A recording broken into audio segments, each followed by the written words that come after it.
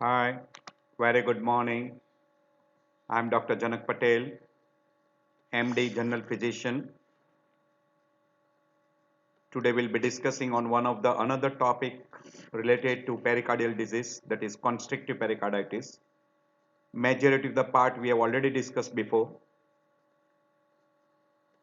It is very simple that you start getting constriction around the heart because of pericarditis. So whenever pericarditis which heals by fibrosis, it will result into constrictive pericarditis. The most common cause of constrictive pericarditis is tuberculosis and malignancy. That comes topmost on the list.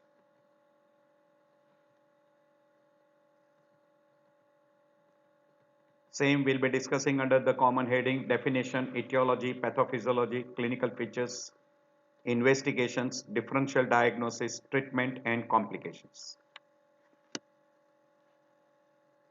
You know very well the fibrosis will take place or healing will take place long time.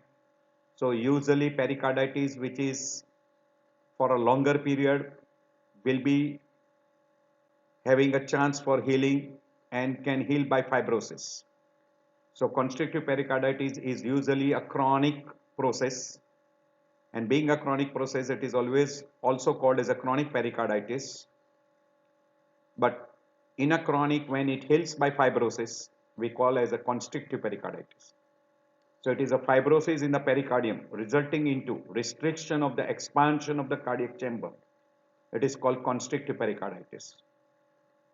Also some terminology they utilize chronic constrictive pericarditis, means it is a chronic inflammatory process which involves both fibrosis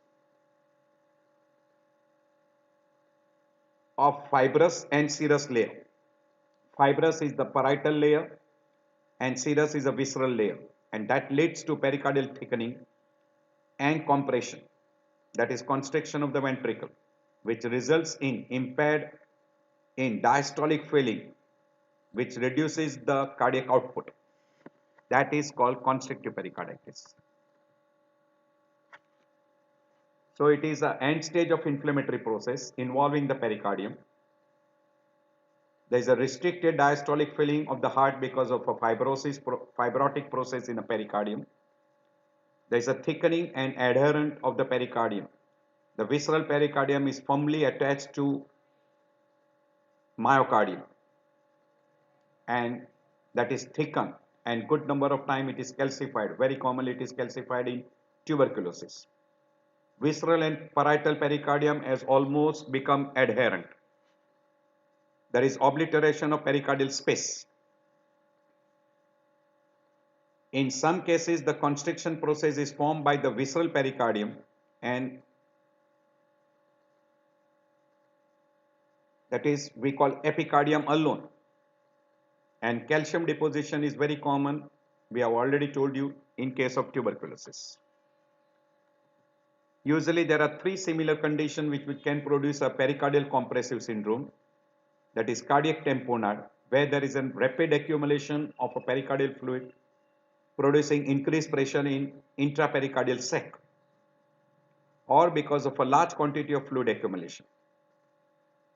At present, we have already discussed constrictive pericarditis. It is because of scarring of pericardial sac involving visceral as well as parietal pericardium. And there is one variety where there is effusive constrictive pericarditis, which is characterized by constrictive element as well as coexisting pericardial effusion. Usually, it will end up into cardiac tamponade.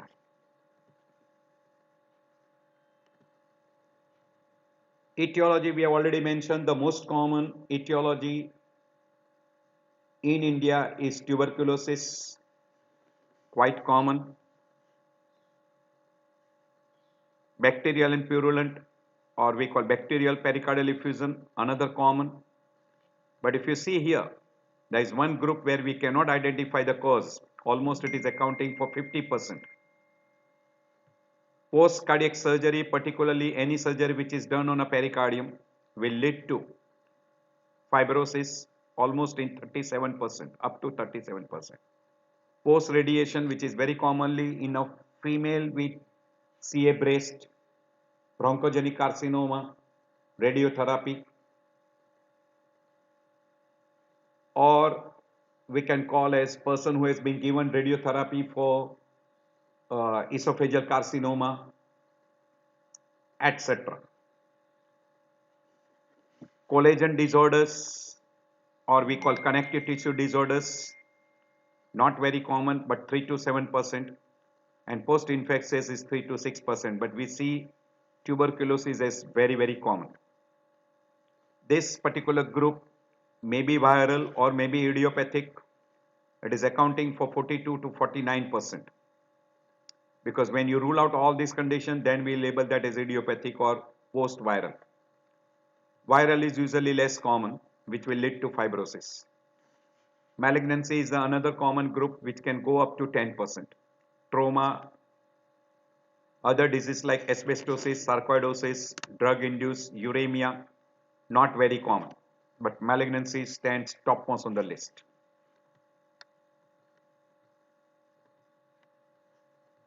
So idiopathic comes topmost on the list: irradiation, post-surgical, infectious, and neoplastic. Connective tissue disorders. These are the most common causes, while uremia, trauma, sarcoidosis, methysergide, implant like defibrillator patches, etc. Not very common.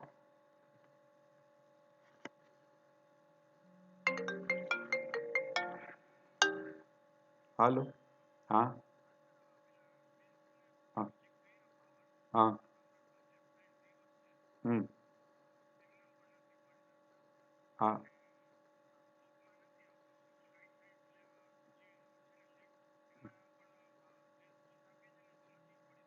Hmm. હા તો એમનું એક CT scan મોકલાવી દે. હા હા હા હા હા okay.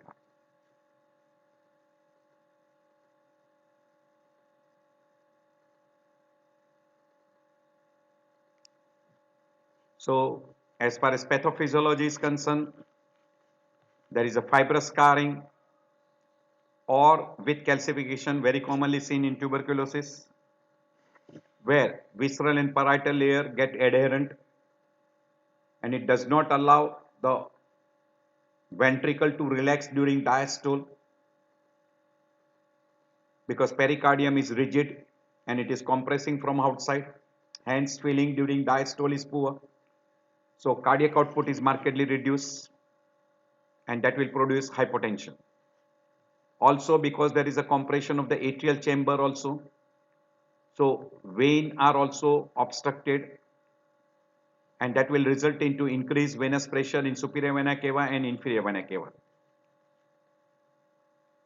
It can be demonstrable by CT scan that pericardium can be thickened as much as 5 millimeter, and there is scarring, there is a loss of elasticity that can be easily seen by different investigations.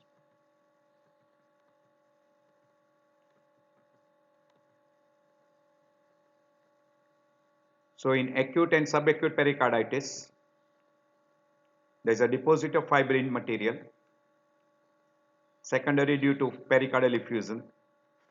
It undergoes fibrosis, scarring and calcification.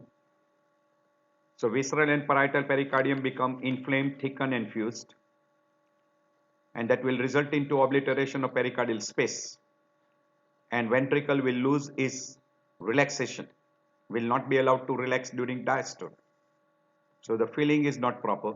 So marked elevation of atrial pressure and end systolic volume will be markedly reduced. Early diastolic ventricular suction will take place. Abnormal rapid filling of the ventricle in an early diastole. Intracardiac volume will reach because of stiff pericardium. Early to mid diastole ventricular filling is poor, and because of that the filling will occur only mainly in early diastole. Cardiac output will be markedly reduced. The clinical symptoms are mainly because of decrease in cardiac output. Early diastolic filling and pressure is elevated. Diastolic pressure in all chambers is almost nearly equal. So there is a restriction in a late diastolic filling, venous engorgement, decreased cardiac output, all secondary because of compression from outside. So because of decreased diastolic filling, you will have a decreased systolic volume, decreased cardiac output, hypotension and shock stage, and secondary to hypotension, reflex tachycardia. Increase in venous pressure, effect on systemic, increased JVP, hepatomegaly, ascites, peripheral edema, pulmonary congestion, and there will be RALs, or we call basal crackles. So JVP is elevated because of constrictive pericarditis, pulse will be elevated, JVP will be elevated, A wave and V wave will almost become equal, X descent will be prominent, Y descent will be rapid, and you will have a Kussmaul sign positive, which will be very classical seen in a JVP. Usually it is very difficult to make out all these things on clinical examination. It is usually by on a Doppler recording, which you can do. So during inspiration and expiration, during inspiration, the flow to both the chamber is equal. And during inspiration also, flow is equal on both the chamber. But in presence of what we call as constrictive pericarditis, there is a restriction of the ventricle to relax, because here if you see during inspiration the flow to the right side is more as compared to left side.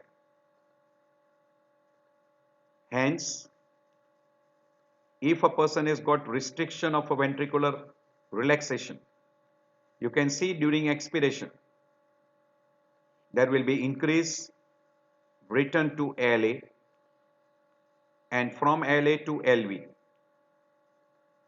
while during inspiration there will be increased blood flow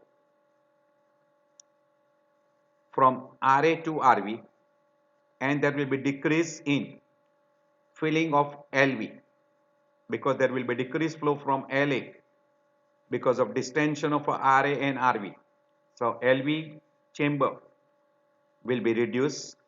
This will also produce what we call classical pulsus paradoxus. I am skipping over all this. In clinical features, person will have a exercise intolerance, dyspnea on exertion, fatigue, anorexia, weight loss because of decreased appetite, edema, ascites. JVP will be elevated with Kussmaul sign, enlarged liver and spleen because of increased venous pressure in superior vena cava and inferior vena cava. ECG will show you inverted T wave and atrial fibrillation. You can see elevated JVP, peripheral edema, ascites, hepatomegaly, pleural effusion. S3 may be audible, pulsus paradoxus, Kussmaul signs, and cachexia. These are some of the common findings which you can see. In JVP, X descent and Y descent, it is described as M and W. There will be Kussmaul signs almost in 96 and 94%. You can hear a pericardial knock almost in 70% of the people. The apical impulse is nearly absent or decreased. It is very difficult to palpate. Even sometimes the heart sounds are feeble. Ascites and hepatomegaly, splenomegaly will be very common. Peripheral edema, tachycardia, pulsus paradoxus are other findings. In 67% of constrictive pericarditis, there is a symptom signs of heart failure. 8% will have a chest pain, 6% will have abdominal symptom, 4% will have atrial arrhythmia like atrial flutter fibrillation, and 5% may present as a cardiac tamponade. Particularly, it is more common with cardio-effusive or constrictive effusive pericarditis. Little difference between tamponade and constriction we have already discussed when we have shown you the slide in cardiac tamponade. Paradoxical pulse will be classical in case of tamponade, may be present in case of constrictive pericarditis. Right side and left side pressure is equal in both in cardiac tamponade as well as constrictive pericarditis. There is absent Y descent in tamponade while there is a classical Y descent. It is described as M or Y shape in constrictive pericarditis. During inspiration, the venous pressure, systemic venous pressure decreases. While in constrictive pericarditis, you will get classical Kussmaul signs. Usually venous pressure will increase, while here it will decrease. That is called square root sign in ventricular pressure, which will be classical in case of a constrictive pericarditis, and it will be absent in case of cardiac tamponade. Again, same type of a difference, which three varieties: effusive constrictive, constrictive pericarditis, and cardiac tamponade. If you are interested, at your leisure time, you can go through. I am putting this slide. I have already mentioned that in a tamponade, there is a low cardiac output, JVP is elevated, there is no Kussmaul sign, while Kussmaul sign is present in constrictive pericarditis. Diastolic pressure is equal in both. In right atrial chamber, there is no Y descent, while there is a rapid Y descent, very classical seen in a constrictive pericarditis. In cardiac tamponade, the heart sounds are feeble or it is difficult to auscultate. While in case of constrictive pericarditis, very frequently you hear a knocking sound we call pericardial knock. Pulsus paradoxus is classically present in cardiac tamponade while it is absent in case of constrictive pericarditis. Pericardiocentesis will be a treatment in case of a cardiac tamponade while pericardial stripping is for constrictive pericarditis. There is a large effusion or intrapericardial pressure is markedly elevated in cardiac tamponade while there is no effusion in case of constrictive pericarditis unless it is constrictive effusive pericarditis in which there may be little amount of effusion. And there will be marked pericardial thickening and calcification which will be very commonly seen in a constrictive pericarditis. Diastolic knock is more common in chronic variety, Kussmaul signs is more common in chronic variety, and paradoxical pulse will be seen in both subacute as well as chronic variety. ECG in constrictive pericarditis is rarely normal. Usually it will show you atrial arrhythmias, particularly atrial fibrillation, quite common. Very frequently it is low voltage and you might see sometime little element of left atrial enlargement. In X-ray chest there will be pulmonary venous congestion and bilateral pleural effusion may be seen. Very frequently you will see calcification of pericardium. Very commonly it is seen in tuberculosis and it is suggestive of a chronic constrictive pericarditis, very classical of constrictive pericarditis. 2D echo if it is done, you will see RV chamber and left LV chamber is almost equal. LA and right atrial enlargement will be seen. There will be abnormal septal movements during inspiration as well as expiration. Paradoxical septal movement will be seen, as well as there will be dilated inferior vena cava without respiratory variation because of increased venous pressure. Hepatic vein will be dilated, pulmonary venous congestion will be there, as well as mitral inflow pattern will be decreased during diastole. This will be all diastolic feeling, diastolic, or we call Doppler findings. Hemodynamic changes, I am not going into detail. This is a difference between constrictive pericarditis and restrictive pericarditis, or we call restrictive cardiomyopathy, quite common. So I am not going into detail. If you are interested, you can go through one or two points I'll mention. In constrictive pericarditis, pericardial knock is very, very commonly present. Paradoxical pulse may be present. Usually there is a negative Y descent or prominent Y descent, which is quite common in constrictive pericarditis. Right side and left side filling pressure are present and almost equal. Square root sign is present in case of a constrictive pericarditis. It is described as square root findings. Respiratory variation will be seen and it will be exaggerated. So we say Kussmaul signs will be positive. So that is very common. You will see ventricular wall thickness will be normal, but pericardial thickening will be markedly increased, which will not be seen in a restrictive pericarditis. These are some of the major difference in constrictive pericarditis.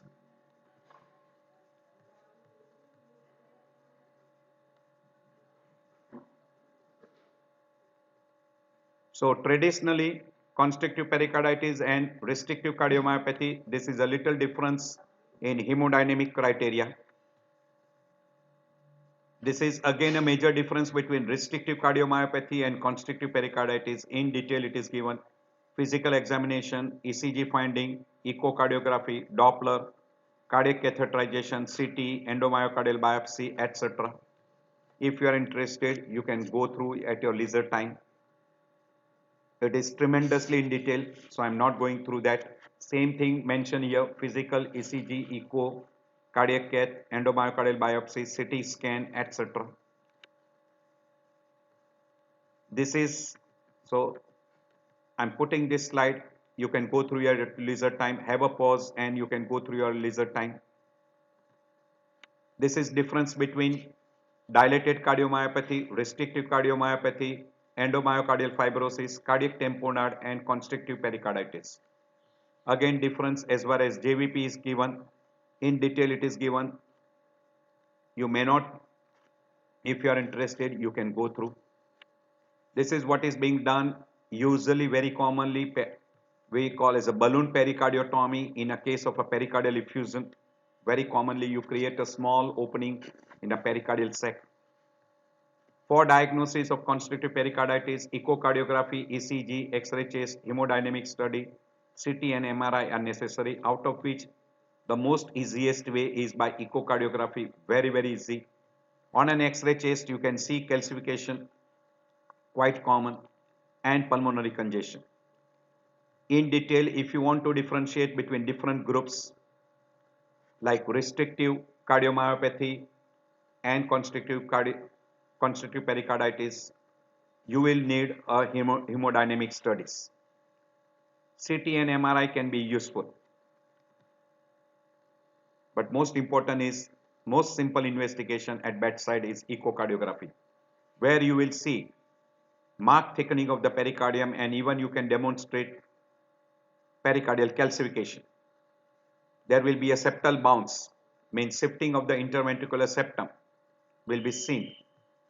Premature pulmonary valve opening can be seen. Exaggerated septal shifting during respiratory, that is during inspiration and expiration. And transesophageal echocardiography is better than transthoracic echocardiography. So fixed echogenic pericardium will be very characteristic. You can demonstrate pericardial thickening. ECG will show you low voltage, may show you atrial fibrillation, good number of times. Chest X-ray, pulmonary congestion, pericardial calcification is seen in good number of people.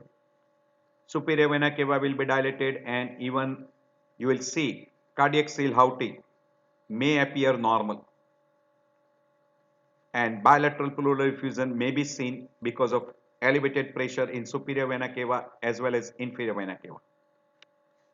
Here you can see a calcification very clearly seen. Calcification is seen. You can see a calcification very nicely. Again, you can see pericardial calcification.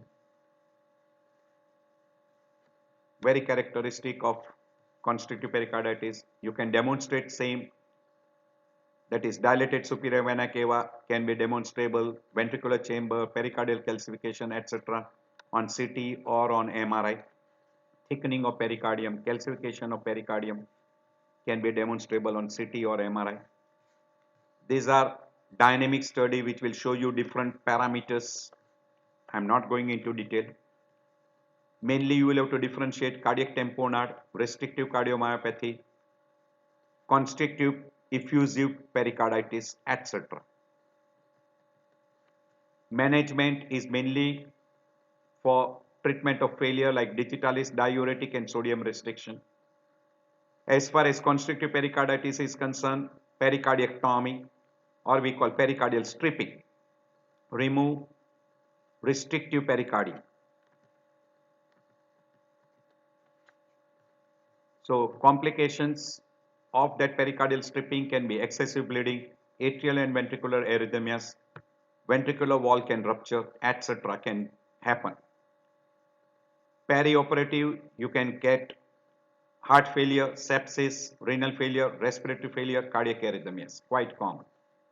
So usually it is also the another word is utilized, decortication. Pericardial stripping, decortication, pericardiectomy. These are all the different words which are being utilized. Commonest complication which can occur because of constrictive pericarditis is right ventricular failure or we call congestive heart failure. So I thank you all for taking out time. I know your time is valuable and I appreciate you spending some time of it with me. I hope this lecture may be helpful. Occasionally this can be asked in your theory as a question. Occasionally you might see such patient in your everyday practice. If you are aware of such condition, you will be able to identify. So finally, will be going through other chapters in next lectures.